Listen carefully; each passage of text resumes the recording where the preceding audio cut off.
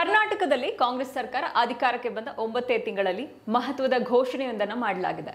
CM ಸಿದ್ದರಾಮಯ್ಯನವರು ಮಾಡಿರುವಂತಹ ಈ ಮಹತ್ವದ ಘೋಷಣೆಯಿಂದಾಗಿ ಪಕ್ಷದ ತಳಮಟ್ಟದ ಮುಖಂಡರು ಹಾಗೂ ಕಾರ್ಯಕರ್ತರಲ್ಲಿ ಖುಷಿ ತಂದಿದೆ. ಸರ್ಕಾರ ರಚನೆಯಾಗಿ ಅಧಿಕಾರಕ್ಕೆ ಬಂದರೂ ಕೂಡ ಕಾಂಗ್ರೆಸ್ ಸರ್ಕಾರ ನಮಗಿನ್ನೂ ಯಾವುದೇ ಅಧಿಕಾರ ಸಿಗ್ತಾ ಇಲ್ಲ ಅಂತ ಆಕ್ರೋಶ ವ್ಯಕ್ತಪಡಿಸಿದ್ರು ಕಾಂಗ್ರೆಸ್ ಮುಖಂಡರು ಹಾಗೆ ಕಾರ್ಯಕರ್ತರು. ಈ ಹೊತ್ತಲ್ಲೇ ಇದೀಗ ಈ ಹೊಸ ಘೋಷಣೆ ಏನಿದೆ ಆ ಘೋಷಣೆ ಕಾರ್ಯಕರ್ತರು ಹಾಗೆ ಮುಖಂಡರಲ್ಲಿ ಒಂದು ರೀತಿಯ ಸಮಾಧಾನ ಮೂಡಿಸಿದೆ. ಕಾಂಗ್ರೆಸ್ ಸರ್ಕಾರ ಜಾರಿಗೊಳಿಸಿರುವ ಗೃಹಜ್ಯೋತಿ, ಅನ್ನಭಾಗ್ಯ, ಶಕ್ತಿ, ಯುವ ನಿಧಿ ಹಾಗೆ ಗೃಹಲಕ್ಷ್ಮಿ ಯೋಜನೆಗಳನ್ನು ಸಮರ್ಪಕವಾಗಿ ಅನುಷ್ಠಾನಗೊಳಿಸೋದು, ಅಂದ್ರೆ ಜನರಿಗೆ ಸಮರ್ಪಕವಾಗಿ ಯೋಜನೆಗಳೆಲ್ಲ ತಲುಪುವಂತೆ ನೋಡಿಕೊಳ್ಳೋದಕ್ಕೆ ಸಮಿತಿಯನ್ನ ರಚಿಸಲಾಗಿದೆ.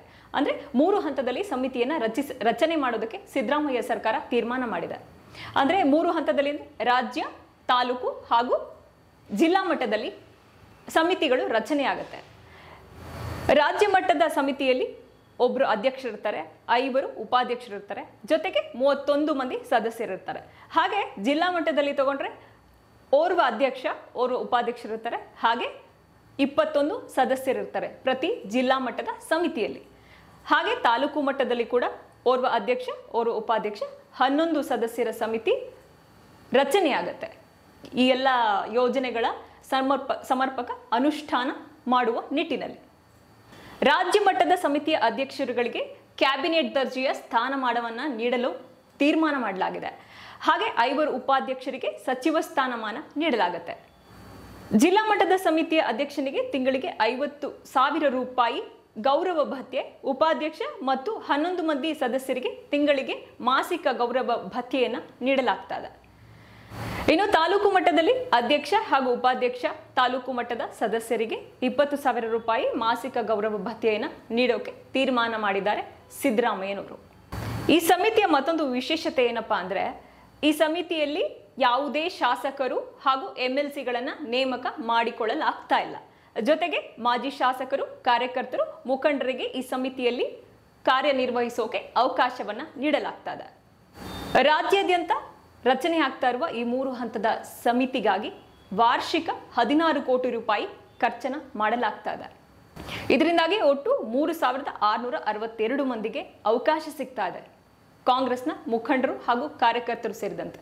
ಅಸಲಿಗೆ ರಾಜ್ಯ ಸರ್ಕಾರ ರಚನೆ ಮಾಡೋಕೆ ಹೊರಟಿರುವ ಈ ಸಮಿತಿಯಿಂದಾಗಿ ಆಗುವಂತಹ ಲಾಭಗಳೇನು, ಪ್ರಯೋಜನಗಳೇನು ಅಂತ ನೋಡೋದಾದ್ರೆ, ಮೊದಲನೇದಾಗಿ 5 ಮಹತ್ವಾಕಾಂಕ್ಷಿ ಗ್ಯಾರಂಟಿ ಯೋಜನೆಗಳನ್ನು ಇನ್ನಷ್ಟು ಸಮರ್ಪಕವಾಗಿ ಜನರಿಗೆ ತಲುಪಿಸೋದು. ಹಾಗೆ ಎರಡನೇದು, ಈ ಸಮಿತಿಗಳ ಮೂಲಕ ಗ್ಯಾರಂಟಿ ಯೋಜನೆಗಳ ಫಲಾನುಭವಿಗಳ ಜೊತೆಗೆ ಪಕ್ಷ ಮತ್ತು ಸರ್ಕಾರ ನೇರ ಸಂಪರ್ಕದಲ್ಲಿ ಇದ್ದಂತಾಗುತ್ತೆ ಅನ್ನೋದು.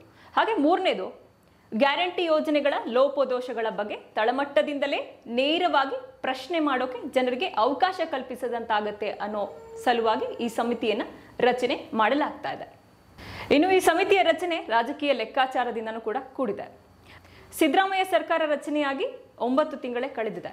ಅಧಿಕಾರ ಸಿಗದೆ ಮುನಿಸಿಕೊಂಡ ಪಕ್ಷದ ಮುಖಂಡರು ಮತ್ತು ಕಾರ್ಯಕರ್ತರನ್ನ ಸಮಾಧಾನ ಪಡಿಸುವ ಉದ್ದೇಶದಿಂದ ಈ ಸಮಿತಿಯನ್ನ ರಚನೆ ಮಾಡಲಾಗ್ತಾ ಇದೆ.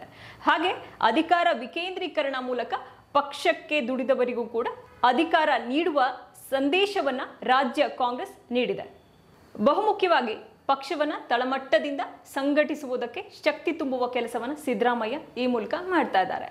ಲೋಕಸಭಾ ಚುನಾವಣೆ ಸಂದರ್ಭದಲ್ಲಿ ಪಕ್ಷಕ್ಕೆ ಈ ಅಧಿಕಾರ ವಿಕೇಂದ್ರೀಕರಣದಿಂದಾಗಿ ಸಾಕಷ್ಟು ಲಾಭ ತಂದುಕೊಡುವ ನಿರೀಕ್ಷೆ ಕೂಡ ಇದೆ. ಕಾಂಗ್ರೆಸ್ ಮೊದಲ ಬಾರಿಗೆ ಈ ರಣತಂತ್ರವನ್ನ ಅನುಸರಿಸುವ ಮೂಲಕ ಲೋಕಸಭಾ ಚುನಾವಣೆಗೆ ಭರ್ಜರಿ ತಯಾರಿ ನಡೆಸ್ತಾ ಇದೆ.